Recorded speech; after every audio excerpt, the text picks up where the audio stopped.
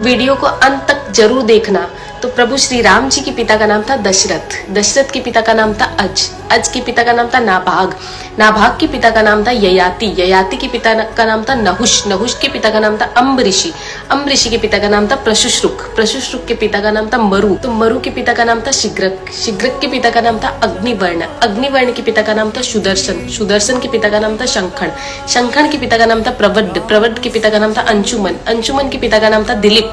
दिलीप के पिता का नाम था भागीरथ, ये वही भागीरथ है जो गंगा को पृथ्वी पर लेके आए थे, जिसको भागीरथी के नाम से भी जाना जाता है। राजा भागीरथ के पिता का नाम था कुकुस्थ, कुकुस्थ के पिता का नाम था रघु, ये रघु वही राजा है जिनके नाम पर ये रघुकुल पड़ा, क्योंकि ये बहुत ही पराक्रमी और तेजस्वी राजा थे। आज भी कहा जाता है कि रघुकुल रीत सदा चली आई, प्राण जाए पर वचन न जाए। तो राजा रघु के पिता का नाम था राजा असमंज, राजा असमंज के पिता का नाम था राजा सगर, राजा सगर के पिता का नाम था राजा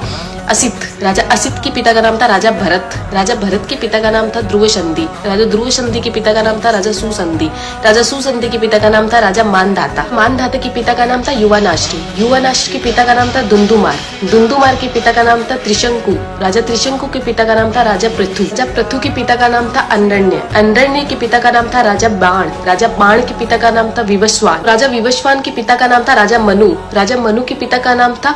इक्ष्वाकु, इक्ष्वाकु के पिता का नाम था राजा कुक्षी, राजा कुक्षी के पिता का नाम था राजा विकुक्षी, राजा विकुक्षी के पिता का नाम था राजा कश्यप, राजा कश्यप के पिता का नाम था राजा मरीचि, राजा मरीचि के पिता का नाम था ब्रह्मा जी। तो इस हिसाब से हमारे प्रभु श्री राम जी ब्रह्मा जी की 39वीं पीढ़ी है, 39th। तो ज्यादा से ज्यादा ये वीडियो शेयर कीजिए, क्योंकि आने वाला इतिहास ये नहीं बोलना चाहिए कि सनातनियों को मुगलों का इतिहास तो पता था और खुद का इतिहास नहीं पता था। तो ज्यादा से ज्यादा इस वीडियो को शेयर कीजिए।